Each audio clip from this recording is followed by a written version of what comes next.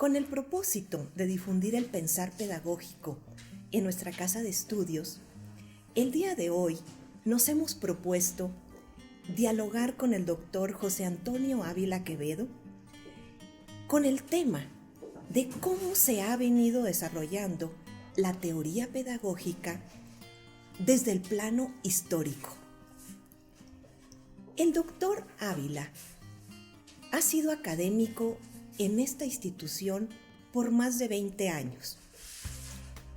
La cuna de su formación profesional es la filosofía, pero también la ingeniería en sistemas. Asimismo, tiene estudios de posgrado en psicología social y de las organizaciones y también en investigación educativa. Él es un estudioso de varias disciplinas. Su línea de generación de conocimiento que ha creado es la deformación de las identidades por parte de los sujetos educativos. Es un placer estar dialogando con usted, doctor. Muchas gracias. Igualmente, doctora. Dado que el objeto de nuestra universidad es la pedagogía, ¿cuál es el objeto de la pedagogía?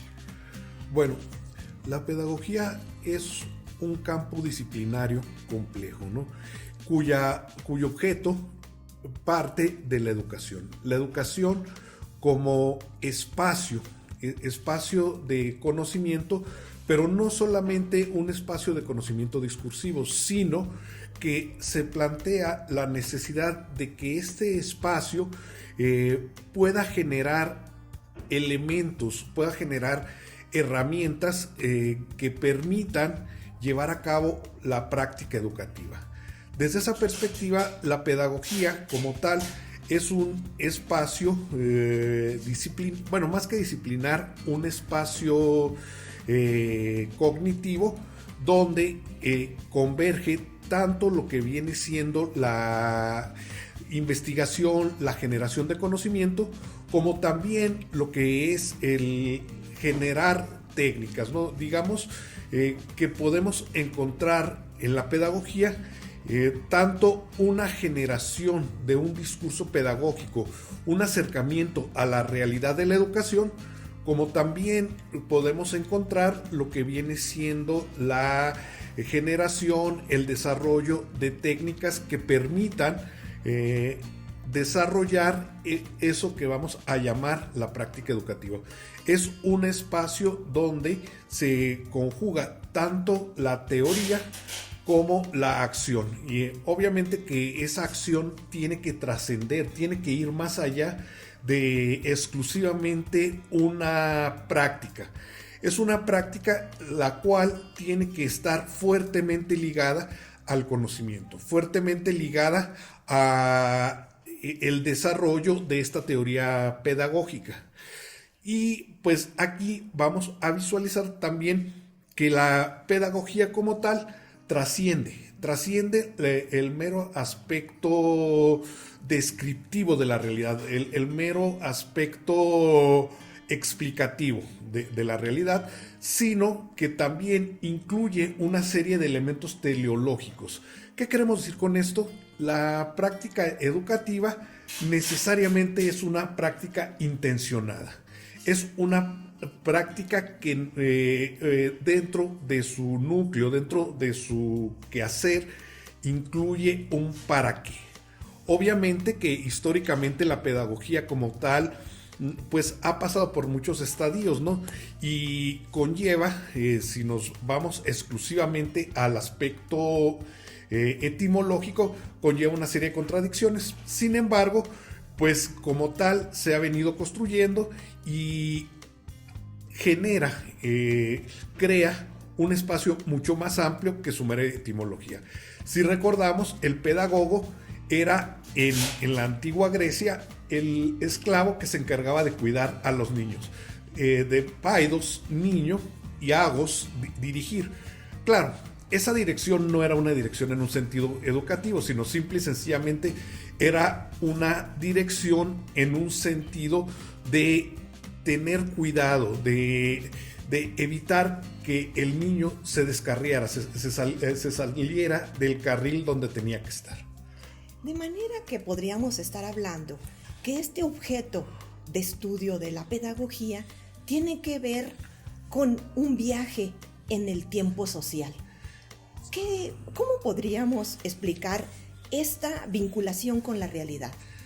Con la realidad, sí, pues la pedagogía como tal, como disciplina más ligada al conocimiento de la educación, la podemos ubicar más cerca de nosotros, no la podemos ubicar a principios de la modernidad, con pensadores como Rafke, como Comenio, que empiezan a darle una gran importancia al trabajo de conocimiento de los procesos educativos.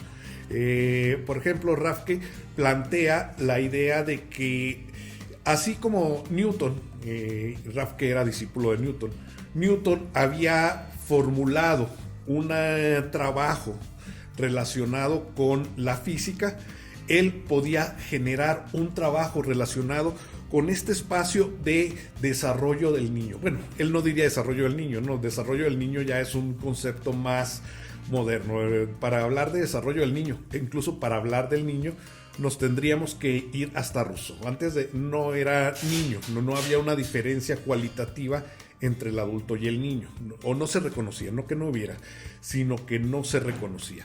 Pero Rafke se preocupa de generar un estudio que permita entender los procesos del niño, y Comenio, pues como el gran pensador educativo que es, genera el principio de la disciplina de la didáctica, uno de los elementos que están fuertemente ligados a la pedagogía.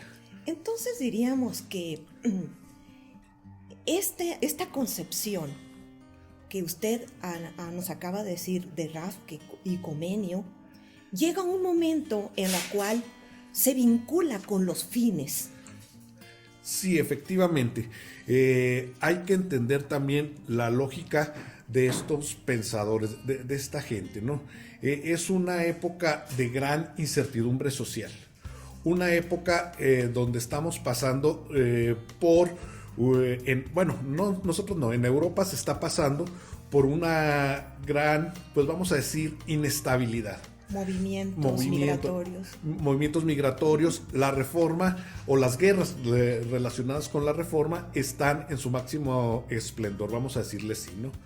Y en ese sentido, por ejemplo, Comenio tuvo que andar a salto de mata, podremos decirlo de esa manera, huyendo precisamente de los ejércitos católicos, ya que él plantea un pensamiento principalmente de corte protestante. Entonces, pues, con estas situaciones se plantean la necesidad de una educación para todos, por lo menos en los aspectos básicos como sería la lectoescritura. La reforma, los protestantes en una primera instancia y posteriormente los católicos reconocen la necesidad de una educación donde el pueblo maneje la lectoescritura, maneje estas técnicas que le permiten decodificar mensajes escritos y le permiten a su vez codificar mensajes a través de la escritura.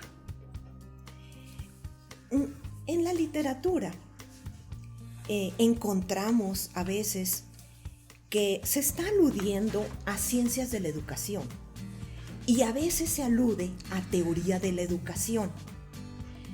Esto creemos que vienen de dos líneas de pensamiento diferente. ¿Cuáles estas líneas, si usted nos pudiera aportar estos orígenes? Sí, tenemos que incluso el pensamiento europeo no es un pensamiento monolítico, no es un solo pedazo, un solo esquema. Podemos encontrar diferencias en la misma Europa. Por ejemplo, dentro de la lógica alemana es una lógica más reflexiva, una lógica más, no vamos a decir racional, sino más de repensar las cosas. En cambio, la lógica que se maneja dentro del pensamiento francés es un pensamiento, no voy a decir pragmático, sino más de la inmediatez de la experiencia. El francés está frente a la experiencia, mientras que el alemán está frente a la reflexión, o más bien se enfoca en la reflexión posterior que le puede generar la experiencia. De esa manera, ciencias de la educación, como un conocimiento empírico de este campo, se genera a partir de lo que viene siendo la tradición francesa, que pues empieza desde pues, el siglo XIX con el pensamiento positivista, que va separando, que va delimitando las posibilidades de acercamiento a la realidad a través de lo que vamos a entender como el pensamiento positivo kantiano, este acercamiento empírico a la realidad, y va centrándose y va retomando y va dividiéndose en diferentes disciplinas. Entonces, desde esta perspectiva, Ciencias de la Educación plantea que el fenómeno educativo se aborda desde diferentes perspectivas disciplinarias. Así, pues por ejemplo, tenemos que hay una filosofía de la educación, hay una psicología de la educación, hay una sociología de la educación, las cuales van construyendo, van delimitando cierta parte del conocimiento de lo educativo, pero de manera analítica. Tomamos las partes sociales de la educación y las analizamos desde el concepto de la sociología educativa. Tomamos las partes relacionadas con el aprendizaje y las analizamos desde la psicología educativa. Entonces, se divide el objeto de estudio. Epistemológicamente se considera que no hay un núcleo central que pudiera sostener un campo exclusivamente educativo. Prácticamente estaría el objeto de la pedagogía vacío desde la corriente de ciencias de la educación. Sí, sería efectivamente esto.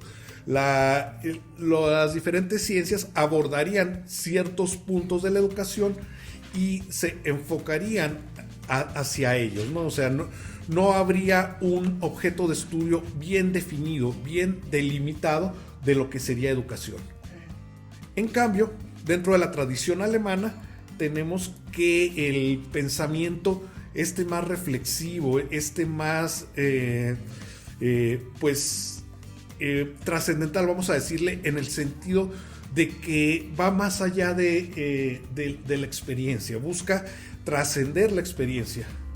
Y pues desde esa perspectiva, pues desde Kant, que él es el primero que plantea un campo así bien específico desde la modernidad de lo que es pedagogía. Ahorita hablamos de Rafke, hablábamos de Comenio, pero ellos hablan de didáctica. En cambio, pues Kant lo que plantea es que la pedagogía va a enfocarse directamente en la educación. Y pues en ese sentido, Kant plantea que la educación es una manera de mejorar lo humano. Entonces, podría sintetizar esto o ver si la interpretación es correcta.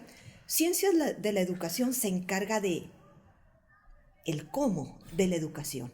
Uh-huh. En pedagogía estaríamos hablando del qué. Del qué, sí.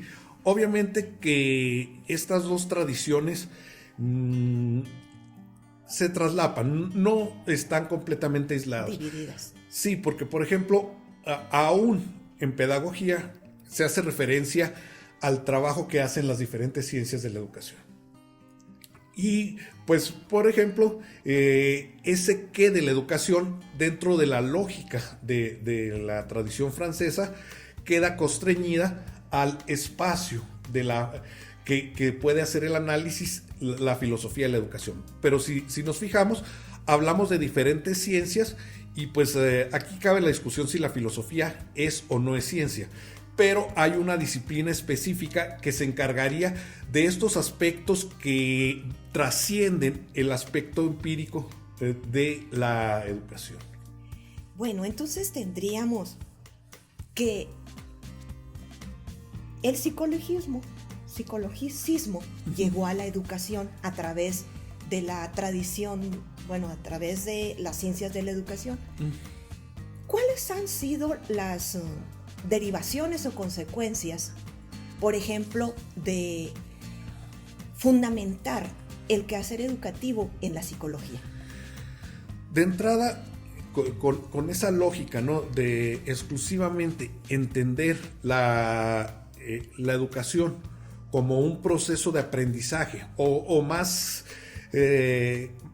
estrictamente como un proceso de enseñanza-aprendizaje, se ha dejado de lado los elementos contextuales de la educación.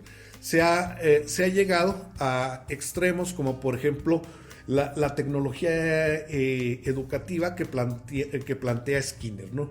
Un modelo educativo donde pues los resultados, según Skinner, obviamente que la experiencia llevó a demostrar que esto no se podía, los resultados iban a ser siempre los mismos. Se plantea una serie de prácticas, una serie de herramientas, tanto conceptuales como materiales, que permitían al maestro reproducir exactamente lo que se deseaba reproducir. Sin embargo, pues aquí hay una imagen que se utiliza como crítica a este modelo, ¿no?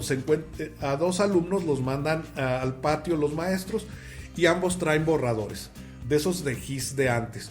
Y uno le dice al otro: mira, yo me porté muy bien y el maestro me permitió salir a sacudir los borradores. ¿Cómo que te portaste bien? Si a mí la maestra me castigó y como castigo me puso a sacudir los borradores. Entonces, ahí esa cuestión de la interpretación, de la posibilidad de que los hechos sociales no sean iguales para todos, pues se rompe, ¿no? Sin embargo, todavía existen instituciones que plantean la necesidad de esa estandarización de la educación, cosa que pues podemos ver que es muy, muy difícil de sostener. Vuelvo a la premisa que usted sostenía, que nos decía que no habría hecho educativo que no atendiera los fines. Uh-huh. Entonces, en esta relación con lo que está planteando de la psicología del aprendizaje en educación, tendríamos entonces que hay orientaciones de la educación a ciertos fines. Sí, que no siempre son los mismos. Ajá. Sí, efectivamente. De hecho, eso es uno de los choques fuertes. Ya desde Bourdieu, con su teoría de la reproducción, nos lo marcaba. El sujeto no siempre coincide con la intencionalidad de la escuela. La cultura escolar muchas veces rompe con la cultura de la cotidianidad de los sujetos. Por ejemplo, los obreros cuya finalidad es entrar a trabajar como los padres en la fábrica, chocan con la idea de desarrollo académico que plantea la misma escuela. Y eso genera, pues, que sea un diálogo de sordos, vamos a decirle así, ¿no? Un diálogo de sordos entre la comunidad y la escuela. La escuela plantea ciertas desideratas, ciertos elementos deseables, y si no se toma en cuenta lo que está planteando la comunidad, pues lo más probable es que los sujetos queden fuera de esta misma institución por las mismas dinámicas que se dan en ella. Bueno, entonces volvamos a teoría educativa. Uh-huh. Dado que el panorama que nos ha mostrado acerca de ciencias de la educación, con un fuerte soporte en las disciplinas, pero cada una en su propio campo, sin una integración sí, que, en sus palabras, debería de darse.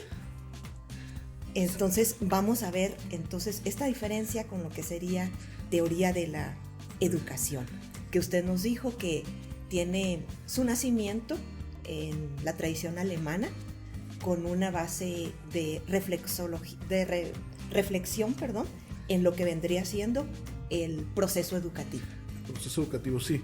Incluso hay un choque fuerte entre las concepciones de la teoría educativa desde la perspectiva esta que estamos mencionando y las concepciones positivistas. El positivismo nos plantea, nos marca la necesidad de la separación de los campos.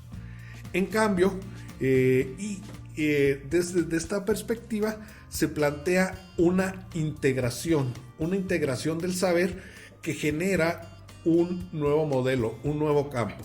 Otra cuestión es que la ciencia como tal, desde la perspectiva positivista, es netamente explicativa. Y al decir que es netamente explicativa, estamos marcando que señala el desarrollo de procesos, cómo suceden los procesos. La ciencia lo que responde es a la pregunta de cómo ocurre. Sin embargo, pues aquí ya en el siglo XIX tenemos que en Alemania se da una rebelión hacia ese modelo de ciencia a partir de pensadores como Dilthey. Dilthey plantea que las ciencias humanas, lo que él llama las ciencias del espíritu, no se pueden centrar exclusivamente en la explicación de procesos, sino que trascienden. Él plantea un modelo hermenéutico de ciencia donde el interés va en el sentido de entender las finalidades de los hechos sociales. ¿Qué hay detrás de esos hechos sociales? El para qué ocurren esos hechos sociales. Desde esa perspectiva, él plantea que la educación debe ser una educación para algo. Una educación, en el caso kantiano, pues ahorita mencionábamos que se maneja el perfeccionamiento de lo humano. Pero aquí también hay que visualizar que esta finalidad puede tener diferentes interpretaciones. Ya desde Francia, Durkheim nos planteaba que la educación no era para perfeccionar el humano, sino era para determinado tipo de sociedad. Así, él hace el ejemplo. La sociedad griega tenía cierto ideal en la paideia, el hombre completo, de lo cual pues retoma un poquito esa idea Kant. Pero, por ejemplo, la sociedad romana planteaba que su ciudadano tenía que ser el soldado, un poquito retomando la experiencia espartana, ¿no? Pero el soldado, ya no el soldado guerrero que se iba por la libre, sino el soldado que estaba dentro de una legión, el soldado que era el sostén de los demás soldados en la medida en que tenía que ser disciplinado, que tenía que responder a ciertos requerimientos dentro de la batalla. Una educación imperial, ¿verdad? Una educación imperial. Organizada, efectivamente. Bueno, como usted nos está diciendo, la ciencia es para conocer el cómo. Y en pedagogía nos encargamos de los procesos del qué y el cómo. El qué y el cómo, sí, efectivamente. Y ahorita usted citaba a Bourdieu, citaba también a nuestro primer sociólogo de la educación, Durkheim, el cual planteaba que la educación tenía un propósito. Y planteando esto, la educación hoy día pues también son planteados tanto explícita como implícitamente sus fines. Yo lo que quiero preguntarle ahora, que en esa lucha contrahegemónica de los procesos educativos, ¿cómo podemos situar entonces el objeto de la pedagogía? Sí, bueno, ante todo, pues hay que visualizar desde esa perspectiva que la pedagogía contemporánea, ya no hablando ni siquiera de la pedagogía del siglo XX, ¿no? Sino la pedagogía contemporánea parte de reconocerse como una disciplina compleja. Una disciplina compleja donde se trasciende el nivel de desarrollo disciplinar. Ya no son las diferentes ciencias las que guían el quehacer de la disciplina pedagógica, sino que aquí viene siendo que las lógicas de las diferentes disciplinas se ven eliminadas para ser reconstruidas. Se retoman conocimientos, se retoman métodos, se retoman teorías de las otras disciplinas, pero se integran a través de, vamos a decirle así, ¿no?, una desnaturalización de las lógicas propias de cada disciplina para constituir una lógica propia de lo que viene a ser lo que es la pedagogía.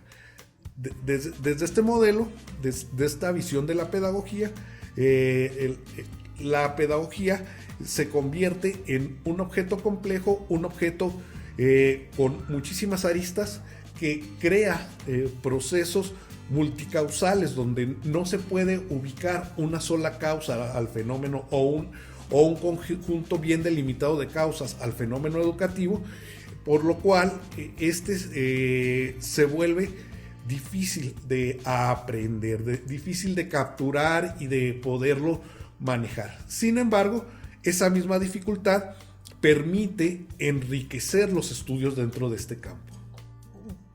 Bueno, entonces, retomando a Kant en su idea de que la educación es para perfeccionar, para mejorar, ¿verdad? Para mejorar el proceso del ser humano. El ser humano.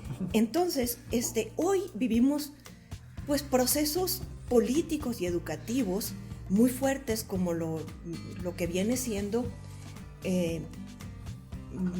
la búsqueda de los procesos decoloniales, que también viene el proceso inclusivo de una educación para la vida en un ambiente, pues digamos, de igualdad y de equidad. Vienen también procesos de la interculturalidad, sobre todo con los procesos migratorios que estamos viviendo ahorita, la violencia. Entonces, ¿qué podemos hacer a partir de el objeto de la pedagogía? Sí, bueno, aquí digamos que un elemento básico desde esa perspectiva es reconocer el carácter político que tiene la misma pedagogía. La pedagogía, precisamente en la medida en que plantea una visión de la sociedad, y obviamente al plantear una visión de la sociedad, una visión de cómo debe ser la organización de un grupo humano, también plantea la visión de cómo es ese individuo, cómo es ese sujeto, y de ahí, pues ahora sí que la cuestión aquí sería traerlas a la luz, o sea, visualizar claramente cuáles son las estructuras que se están planteando, las estructuras sociales que se están planteando en determinado modelo educativo. No es nada más aceptarlo como una herramienta técnica, no, sino que el proceso educativo como tal conlleva una serie de elementos que van a afectar al entorno social.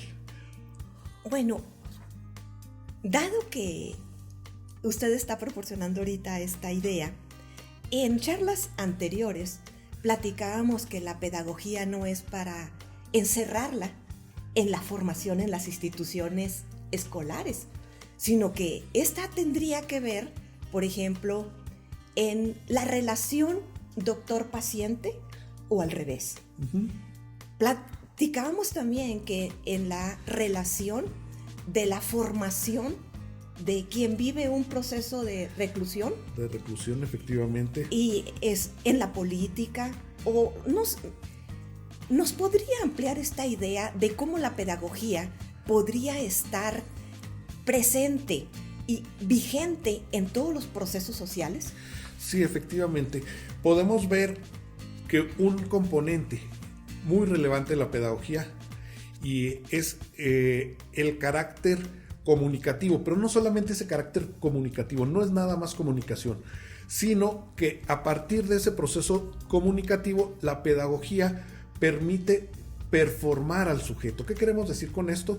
Que permite ir construyendo, ir generando ciertas características en el individuo que le van a permitir estar en un entorno social determinado y le van a permitir cierta forma de relacionarse con el mundo. ¿Qué queremos decir con relacionarse con el mundo? Queremos decir que le van a permitir socializar en el sentido de interactuar con otros sujetos de determinada manera y le van a permitir también no solamente interactuar con otros sujetos, sino interactuar con su propio medio, interactuar con los elementos que tiene alrededor y, si se me permite decirlo, a lo mejor se podría decir interactuar consigo mismo en función del reconocimiento de elementos que le benefician o elementos que le perjudican dentro del entorno social. Ejemplo de esto sería la educación para la salud, ¿no? Por ejemplo, el hecho de que nosotros mismos adoptemos o eliminemos ciertos hábitos nos van a permitir mejorar o empeorar, dependiendo de cuál sea el caso, el desarrollo de nuestra calidad de vida.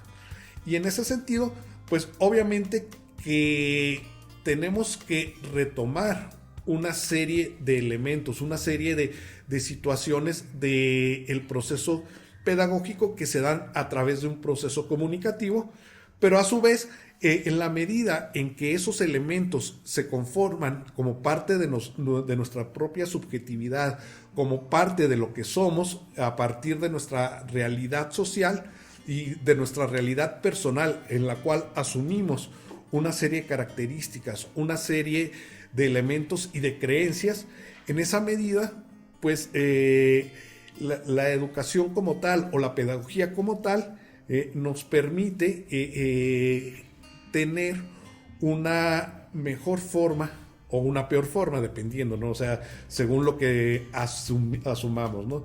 Recordemos, por ejemplo, que allá en los 50 del siglo pasado se retomaba como lo mejor el fumar, ¿no? O sea, esa imagen del cigarro como incluso un indicador de estatus social.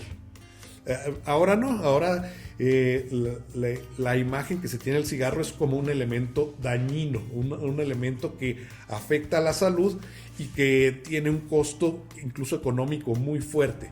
Sin embargo, pues vamos en ese sentido de cuáles son las finalidades, cuáles son los modelos que se nos presentan y que podemos nosotros asumir como valiosos, como para ser parte de nuestra propia subjetividad. Entonces podríamos estar viendo que la pedagogía pudiera trascender las rejas de la institución y ir a crear en el ambiente social, o sea, una pedagogía social. Sí, efectivamente, y es un elemento importante, ¿no? Porque la escuela a veces se queda muy limitada, los espacios curriculares académicos a veces son muy limitados e impiden realmente que se llegue a tener un impacto fuerte. Para empezar, podemos visualizar la imagen que tenemos socialmente de que la escuela está ubicada en ciertos estadios del sujeto, ¿no? La infancia y a lo mejor la adolescencia y la juventud temprana, cuando termina su carrera. Pero, pues actualmente vemos que los espacios de la pedagogía son mucho más amplios, ¿no? Por ejemplo, encontramos un trabajo con adultos mayores que pueden ayudar a mejorar mucho la calidad de vida de estos sujetos. Su participación, su forma de relacionarse con su realidad. Hay que partir de la idea de que los sujetos están constantemente cambiando. No podemos decir, un sujeto aún de 90 años puede tener nuevas formas y nuevas necesidades efectivamente de relacionarse con su medio. Sobre todo cuando el medio en el cual estamos inmersos es un medio pues bastante inestable, ¿no? Que constantemente está brincando de una cosa a otra.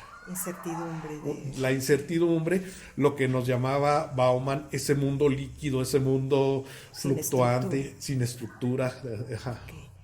Doctor Toño, ahorita usted decía que una de las herramientas más importantes de la pedagogía es la comunicación. A veces soñamos en que la comunicación se pudiera dar en el mismo plano del poder entre educador y educando. ¿Por qué sería esto conveniente o por qué desde la teoría pedagógica se hace ese énfasis en la comunicación establecida como una relación bidireccional? Sí, es muy importante, ¿no?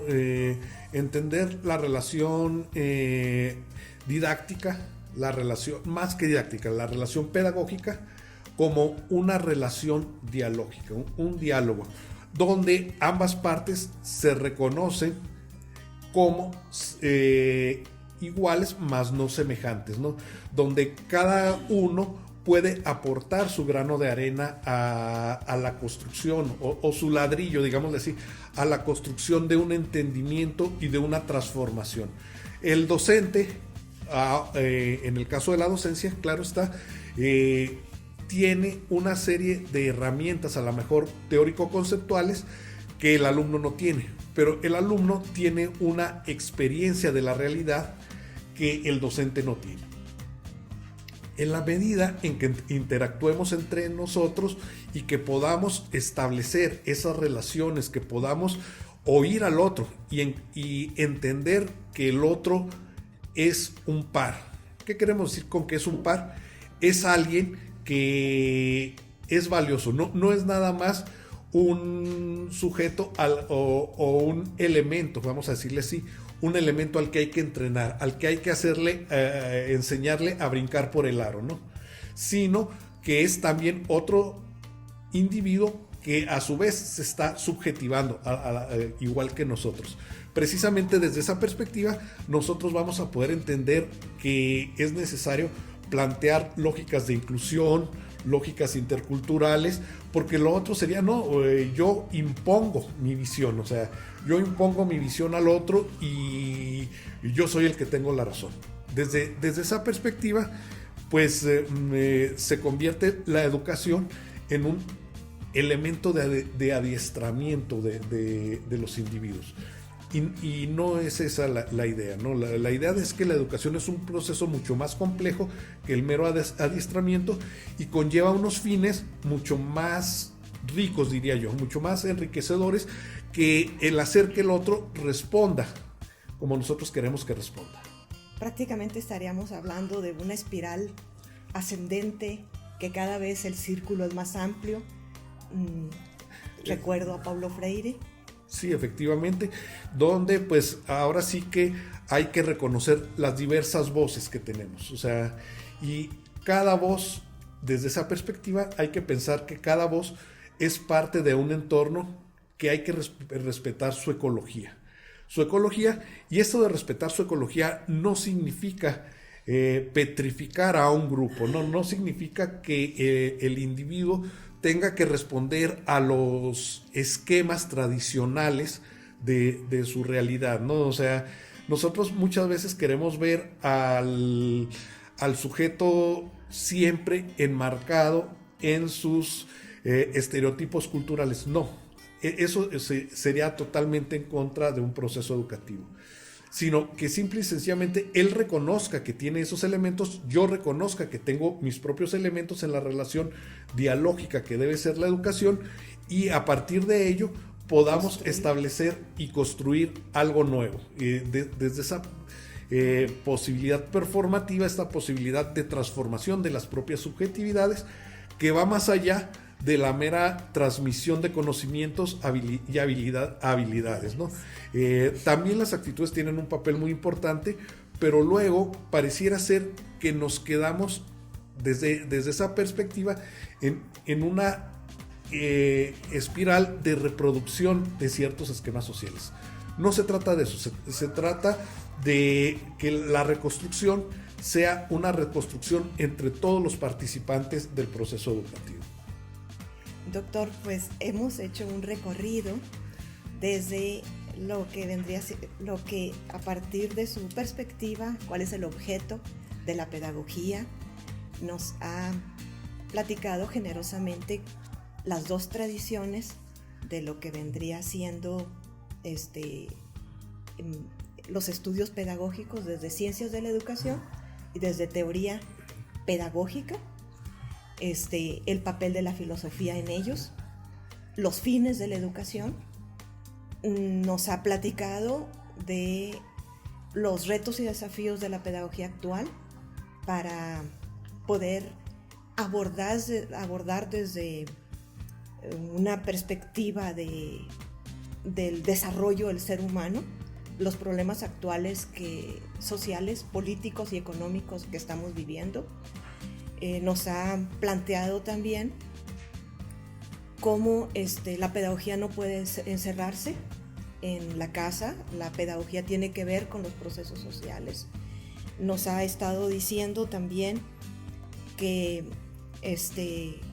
la educación no es un proceso de reproducción social, sino que busca que los protagonistas tengan una relación pedagógica en la cual el alumno es el maestro del maestro y el maestro es el maestro del alumno, y que se vaya generando una relación dialógica para construir nuevos significados en la propia vida de los sujetos. Yo por último le pregunto, y también si usted quisiera decir algo más, ¿qué mensaje puede darles a los alumnos de esta casa de estudios en relación a la asequibilidad de la pedagogía? Bueno, si bien es un campo complejo, también yo les podría decir que es un campo apasionante. O sea, encontramos muchos elementos de otras disciplinas. Y como les mencionaba hace un momento, ¿no? Estos elementos probablemente pierdan la lógica en la cual nacieron, pero precisamente pierden esa lógica en el sentido de permitir entender el proceso educativo, entender esta construcción del entorno social, esta realidad social que constantemente se está transformando. Y pues ahora sí que es un juego dialéctico entre el individuo y el grupo, ¿no? O sea, no hay nada más el individuo, no hay nada más el grupo, sino que la interrelación entre estos dos espacios, estos dos, digámosle así, dos niveles, ¿no? Entre lo grupal, lo colectivo y lo individual, lo personal, ¿no? Hay, con esa lógica, con esas situaciones, podemos nosotros entender que la educación como tal no se puede comprender, no se puede abordar exclusivamente desde el individuo. Sí es un vector muy importante y en el sentido de vector como se maneja en la física, ¿no? Que dirige, que da cierto peso y dirige. Sí, pero también la sociedad juega otro papel muy importante. El contexto. Entonces, hay que entender que la educación es un quehacer situado. Y al ser un quehacer situado, tenemos nosotros que tomar en cuenta, tenemos que entender qué hay alrededor de la práctica educativa. La escuela no se puede encerrar en sí misma, al contrario, la escuela tiene que abrirse, tiene que entender que alrededor de las prácticas, alrededor de los sujetos que están en la escuela, hay una serie de elementos que influyen. El contexto es un elemento esencial dentro del proceso educativo. Hemos estado compartiendo el pensar pedagógico en la Universidad Pedagógica Nacional del Estado de Chihuahua en voz del doctor José Antonio Ávila Quevedo, a quien le agradecemos infinitamente la atención prestada, su disposición para llevar a cabo esta charla que tiene a bien ahorita darle forma, crear, dirigir, producir el doctor Cruz Montes, compañero de nuestra institución. Muchísimas gracias, doctora.